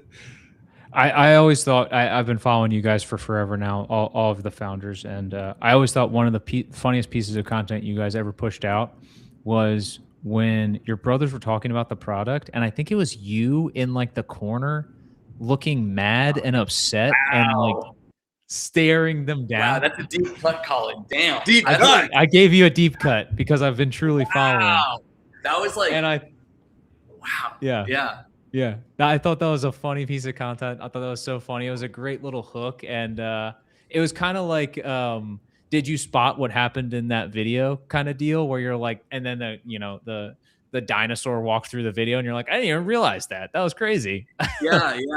So I feel like for context, that was like, I don't know, 4 years ago, 2022. Yeah. We just found that like if you had weird things kind of like, you know, like something peeking in on the side of the video, that like it would go crazy, right? Where people would be like, is this guy even real? Like, did you see that dinosaur? You know? That's wild. That is a deep it's so funny. I'm like, that's from like the early days, you know? So that's crazy. You guys have evolved. And evolved in the right way. Dylan, man, we're excited to stay up to date, and I hope there will be a way for us to see some of the content that you help other brand founders and operators develop. I mean, do you think there's a chance that we could get you back in the future? Maybe look at some of the stuff that you've helped other brands create. Is that possible? Let's go. Yeah, definitely. I feel like we'll do like a 6-month recap, you know? I feel that. Dylan, man, we love what you're doing. We appreciate you bringing the skills and the knowledge to the rest of us. And, man, excited to see where Unpolished goes from here as you guys continue to scale Brevity. Man, thanks for joining us. We look forward to having you back, getting that 6-month retrospective. I love it. Appreciate it, guys. exciting. That's exciting, man. Ball knowers of virality. I'm telling you, these guys are unbelievable. Can I just say, like, when you mentioned the big bag, and then I went and looked at it, I was like, Yeah. when I saw it, it's like, of course this has 138 million views. Like, of course it does. Like, it just, it's so absurd. And, absurdity leads to virality. It's so absurd. And like, you look at it, the video is like, we slept inside our bag, it's like something like that. It's like, what? You slept inside the bag? Yeah. On YouTube, it's called Sleeping Inside Our Big Backpack. Chris, and while I was thinking about that, when he was talking about spectacle leads to virality, I was thinking of Commerce Roundtable San Diego. I think you and I need to pull up on horses. I think we do. Go into the conference saddled up on horses. Saddled up on the horses. And I think that'll be quite a spectacle for all to see. I think we also need, like, not a 10-gallon hat, but like a 50-gallon cowboy 50-gallon hat. We need giant cowboy hats that are like so large that they hurt our necks. And then we like roll in, and we need to do a show with like cowboy hats that are like 4 feet tall. I think that's what we need to do. And when we want to have a guest on the show, we lasso them and pull them over to us. I think that's how we do it. Can you just imagine like sitting on that couch at Commerce Roundtable with like 50-gallon hats and like not even being able to turn your head, because they're like so big, just like having to like do one of these to like talk. Well, the guest is submerged underneath of us at that point, because it's like we're collapsing the pocket of the guest, just cowering underneath. Yes, you got to collapse that pocket. There you go. You got to. Man, exciting. Yeah. Dylan and the boys launching Unpolished. Man, it totally makes sense. These guys they're like masterclass in creating unique content that actually sells. It makes all the sense in the world. Big content show for us today. Big content show. Big content on all the knowers of ball for content coming into the show today. We had Franky, intensely AI focused. And then we had Jamey, intensely AI focused and educator, branding. She's got the workshop on Saturday. And then we had Dylan in here, intensely human focused, virality focused, top of funnel, mid funnel, bottom of funnel focused, actually generating sales, getting eyeballs at the same time. Great content show. Great content. You could have all those 3 people, and that could be your entire go-to-market. Yeah, that would be interesting, wouldn't it? Yeah. I mean, Franky is go-to-market for like all of the telehealth companies right now. Is what it sounds like. Cracked on paid. Paid. Brandon, and all of the Brevet team will be your organic arm. And then Jamey's going to make some incredible branding and packaging for you to stand out. Yeah. And by the way, her website at Portal, beautiful. Incredible. Beautiful. Work of art. Incredible. Yeah. As we round up today, a little lightning round of stories to finish the day. The iPhone Fold doth cometh. The iPhone Fold is coming. That is what the sources are saying on the timeline. This video came once again from Trung Fan. He is he's like, I don't know how I get so many bookmarks from this guy, but I do. It's because he's always putting out quality. John Turnus, first thing when he becomes CEO in September, will be to launch the iPhone Fold, even priced at probably minimum $2,500. It's going to move absurd volume and sell the highest tier Apple Care plans with all potential surface area for accidents. He quote tweeted this on top. Scroll down for us a little bit, Jack. Quote tweeted this on top of a tweet from Swarav with tech packs for a foldable iPhone. Now, I do think that this technology has been available in the Android sphere for some time. That is my belief. I cannot say because I have never owned an Android phone, but I do think this has been available for some time. If this does roll out, truly groundbreaking, number one.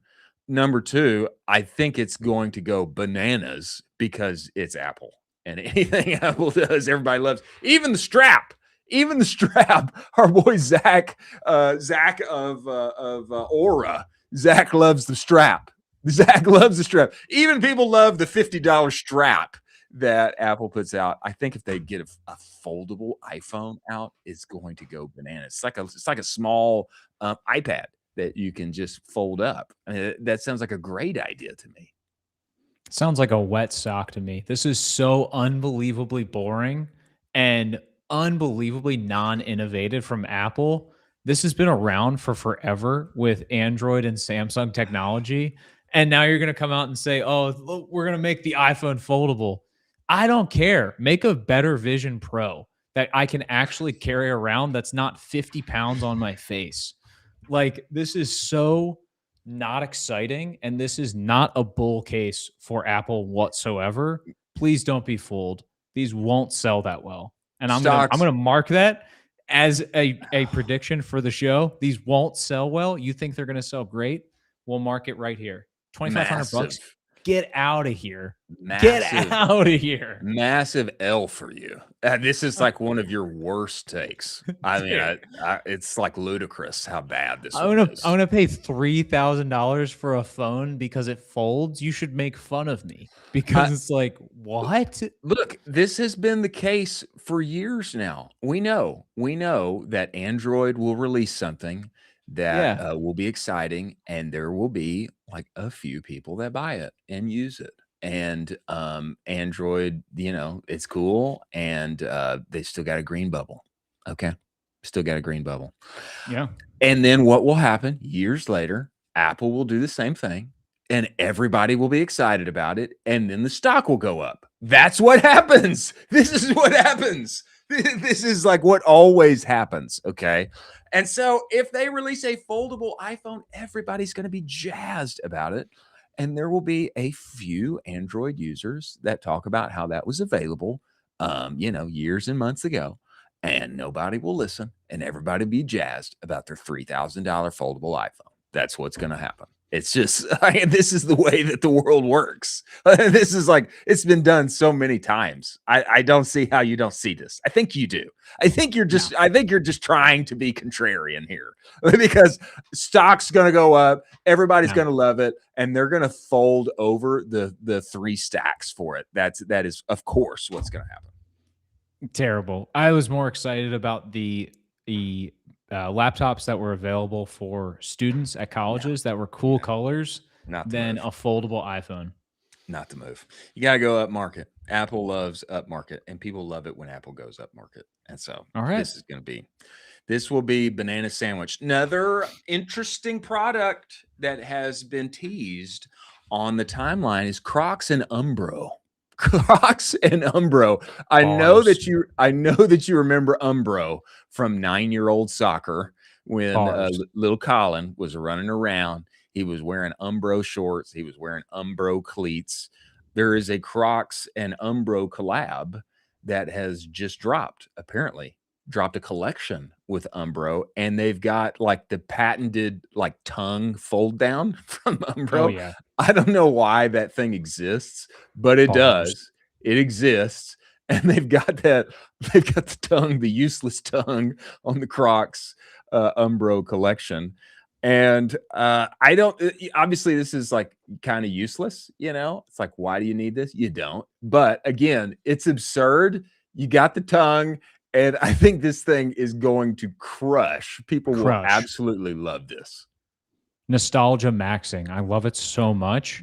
Talk about Colin, 9-year-old soccer. We're talking about the Baltimore Boomers. What you know about that league? The Baltimore Boomers, a 9-year-old, where I did my first header goal. Are you kidding me? Unbelievable. I was always wearing the Umbros. This is great. This is great for nostalgia maxing. This is going to absolutely sell out and crush.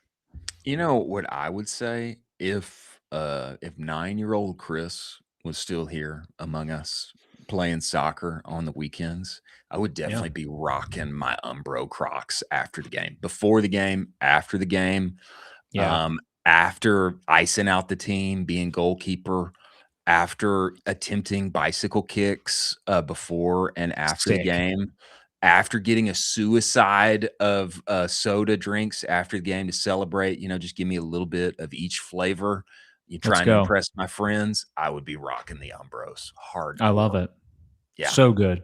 Home run. Great idea from them. Great idea. Yeah. This one you're not going to like. You're not going to like. And I think that we need to have a little intervention for you. I know. Yeah, get rid of it. I think we need to have a little intervention.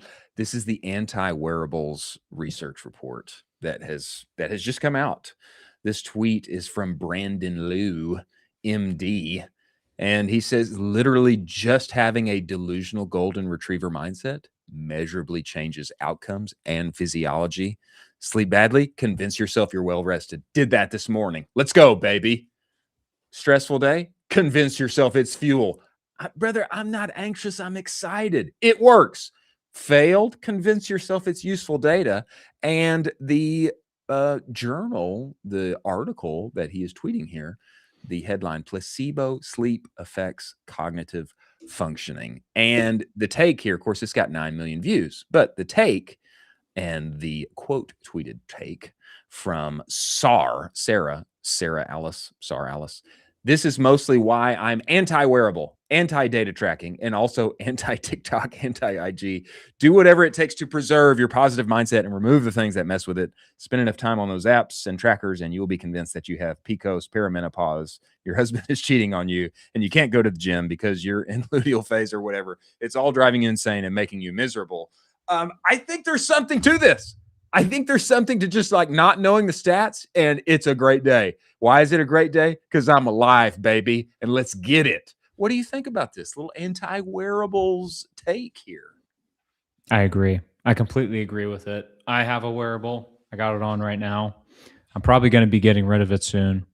It's an interesting dichotomy of you want the data for a feedback loop on changes that you make, but also sometimes that data doesn't line up with how you're feeling. And so then the question is, well, I feel great. My data says no. Well, should I feel bad? Or I feel bad, but my data says great. Should I feel great? And this weird dichotomy of these people basically kind of floating into these different realms of how they're feeling based off of the wearable data that morning. I'm starting to agree with it. I think it's going to be an interesting. You want to chop it off? You want to cut it off? Time to chop it off. Let's cut it. Yeah, let's cut it off. I am a little surprised. I'm a little surprised that you you're going against the grain here. Yeah. And adapting, not to insult you in any way, but I just know that you're a data backed man. Yeah. And a biohacker of sorts. The question that I have in my mind, didn't Whoop just raise like $1 gajillion or something? They did. They raised $1 gajillion and 6 cents.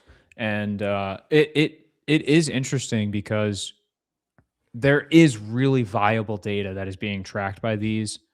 Heart rate variability, your blood pressure, all these things that are actual true data that you do want to measure if you are having a risk of some type of medical kind of incident, or you want to track something where you implement a new medication and you're trying to track it from this to that. It's great for that. But I think from just a vibes, like it's just, hey, I'm vibing every day. I'm not actually using it as this like implementation experimentation type of thing. I don't think it's good for vibes. I don't think it's a vibe good, like a good vibe like deal. So, well, there's the key, ladies and gentlemen. Maintain the vibes.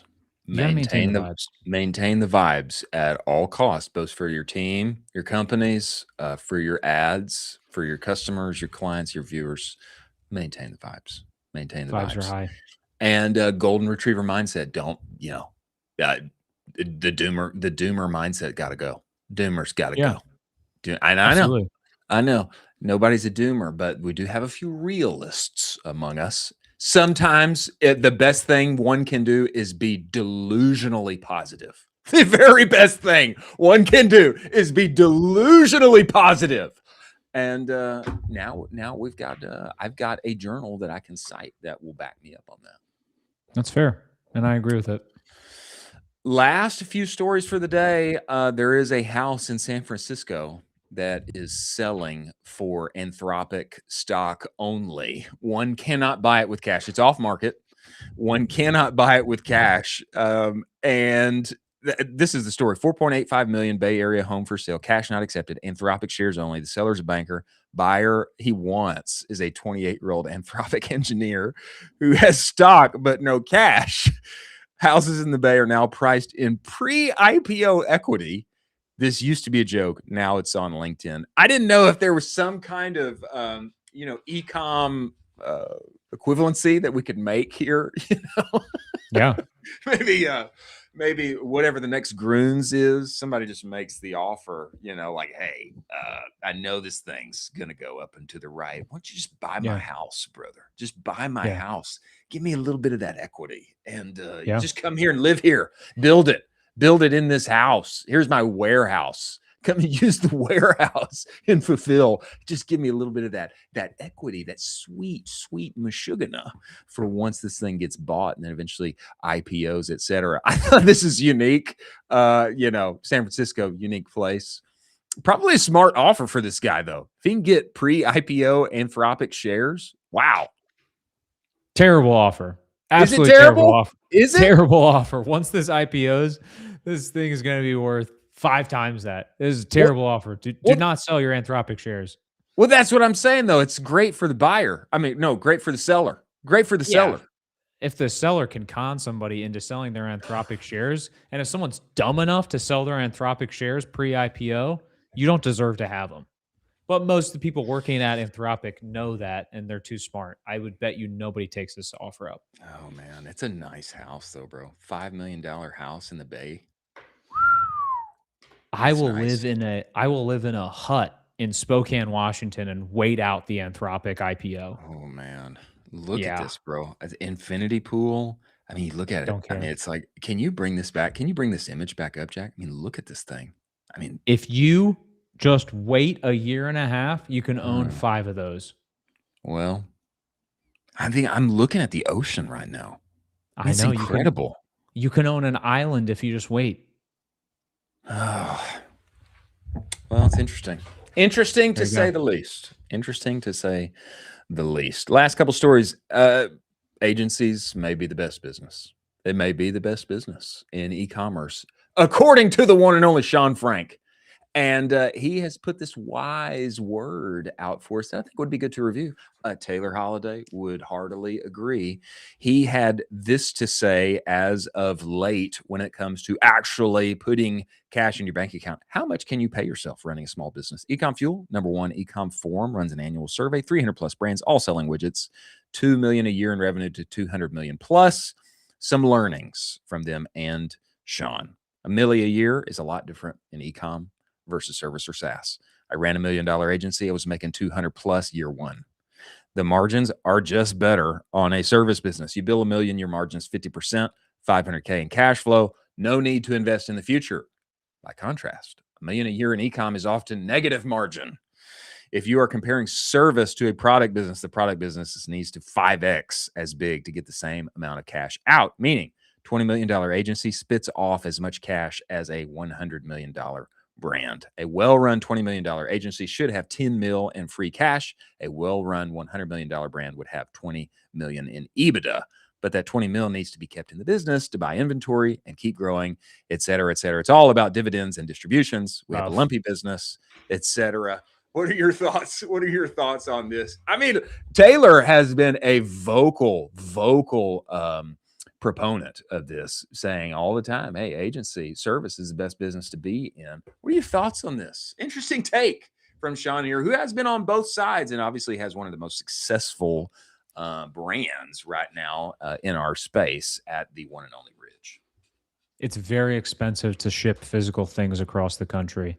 And so this is so true.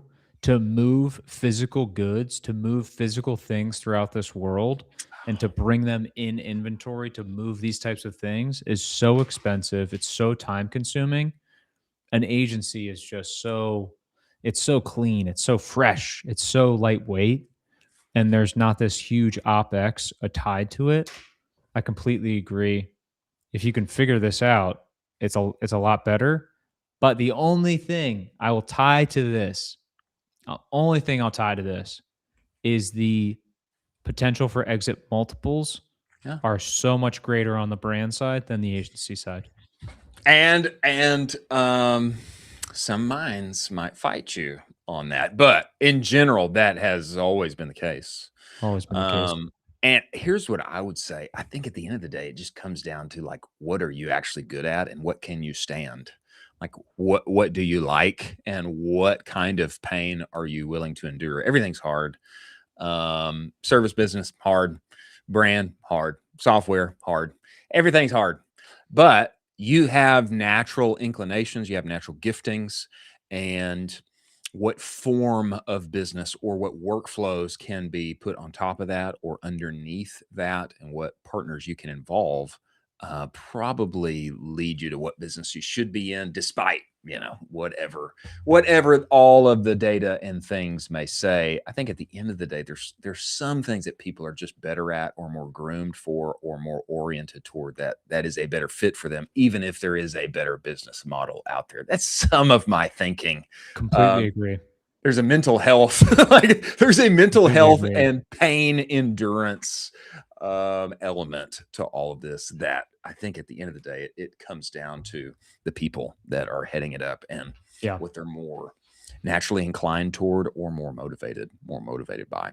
Lastly, AI does still make some mistakes. Had some incredible AI creatives and educators on the show today. AI does still make some mistakes. This was a pod image capture from This Week in Startups, which is this is the podcast by JCal, is it not? Of the All In podcast. And they're at the top somehow, for those who are listening, somehow in their podcast title for the show is, to the left of this thumbnail, I want to add a Chinese flag to the left, destroying the Meta logo, because the title is China Kills Meta Manus Deal, Story of the Year, episode 2281.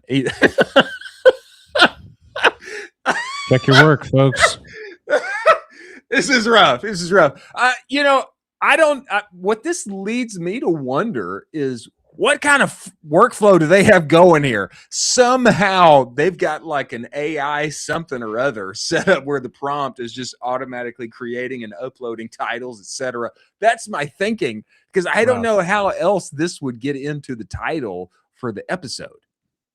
Human in the loop is still viable right now in 2026, and there's the proof of it. You can't just AI this stuff into the moon. You got to have the human in the loop for proof of concept. Gotta have it. If nothing else, probably a good top of funnel mover for more people to go and check out This Week in Startups. In some ways, no press is bad press. No such thing as bad press. Hey, as we close out here, do you want to do a mailbag? I've got a little mail for us, but we can hold off until tomorrow. Your call, Colin. Do we have a lot of mail? I have one. Oh, I don't have one. You want to wait? We can wait. I don't have anything. Maybe wait till I get something. I didn't get anything. We can wait. Yeah, we can wait. This is, right. It comes, and sometimes it's a delight. It's a delight to open it. Right. Why don't we wait? Let's wait a little bit. Wait till I get something. Yeah. We'll wait, and then we can both open together. Many thanks to Franky Shaw for joining the show. Many thanks to Jamey Gannon. Many thanks to Dylan Kim. Incredible content episode today. Didn't even plan that. It's just how it fell out, which is awesome. Just vibes. Many thanks to Seguno, Postscript, and Incense for making the show possible. A little interesting news to sprinkle out here. maybe another logo or two about to get added to the show. Welcoming new partners soon. Can't say too much. Can't say too much, but may only be a couple days away. Last word for you, Colin, before we let all our beloved watchers and listeners go. Just ball out with your bros. Great. That's great. It's a great thesis philosophy to live by. And ball with your bros. That is what we are doing here on the show for sure. Thanks for joining us. We will be back tomorrow with everything happening on the timeline. We will be terminally online until then. Thanks for joining us. We'll see you on the other side.